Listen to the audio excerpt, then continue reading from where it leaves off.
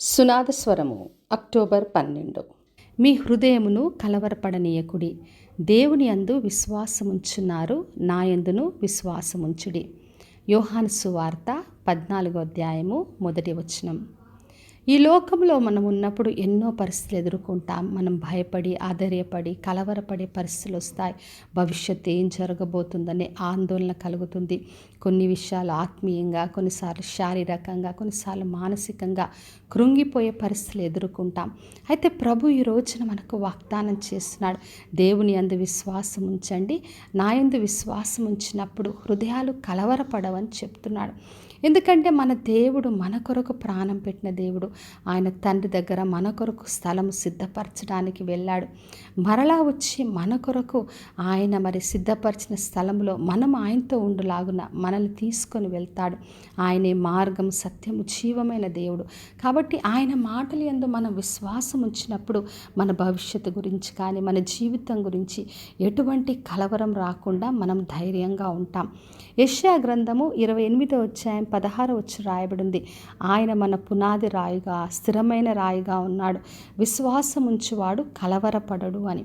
ఎవరైతే పునాది రాయన యేసుక్రీస్తు అయిన విశ్వాసం ఉంచుతారో వారు కలవరపడని ప్రభు వాగ్దానం చేస్తున్నాడు.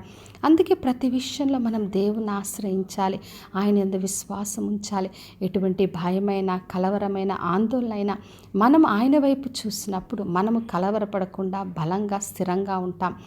బుద్ధి గలవాడు బండ మీద ఇల్లు కట్టినట్టుగా వానలు వచ్చినా, వరదలు వచ్చినా, ఎటువంటి పరిస్థితి వచ్చినా కొట్టుకొని పోకుండా, క్రూలిపోకుండా మన జీవితాలు స్థిరంగా ఉంటాయి.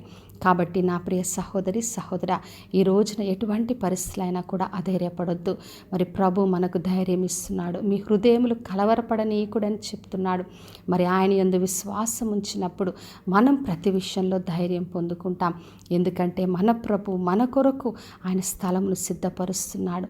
మరలా వచ్చి మనల్ని తీసుకొని వెళ్తాడు.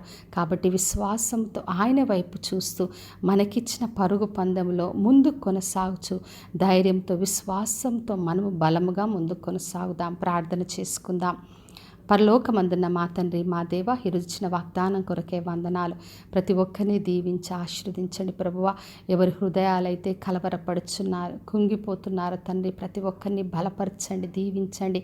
అందరూ కూడా మీ అందు విశ్వాసం ఉంచి మీరు చెప్తున్న ప్రతి మాటలు నమ్మి దేవా, తండ్రి, ఎటువంటి కలవరము, ఆందోళన లేకుండా స్థిరమైన జీవితాలు దయచేయమని యేసు నామములో అడిగి వేడుకొంచున్నాను తండ్రి, ఆమెన్. ఈ శుభవచనము వినుచున్న ప్రతి ఒక్కరి జీవితంలో నెరవేర్చబడునుగాక.